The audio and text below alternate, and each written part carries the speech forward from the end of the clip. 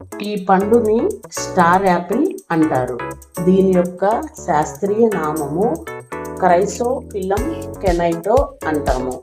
ఇది తాజాగా తినడం వల్ల మనకి చాలా ఎక్కువ రుచికరంగా ఉంటుంది. రసాలు చేయడానికి కూడా దీనిని వాడుతారు. మిఠాయిల్లో, జ్యూసుల్లో, జాము, జెల్లీ ఇలాంటివి తయారు చేయడానికి ఉపయోగిస్తారు. వైద్యపరమైన ఉపయోగాలు కూడా ఉన్నాయి. జీర్ణక్రియ, బద్ధకాన్ని నివారించడానికి సహాయపడుతుంది.